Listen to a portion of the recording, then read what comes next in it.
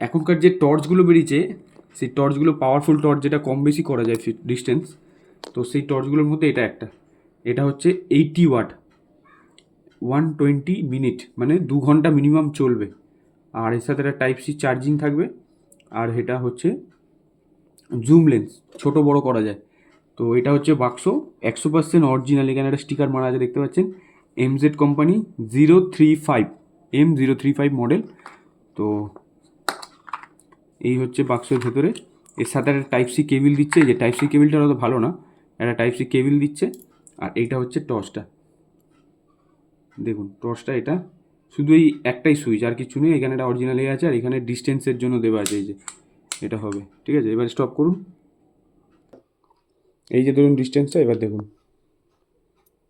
Cover করা যাচ্ছে না, দেখুন এই আর এই কত বড় হচ্ছে দেখুন।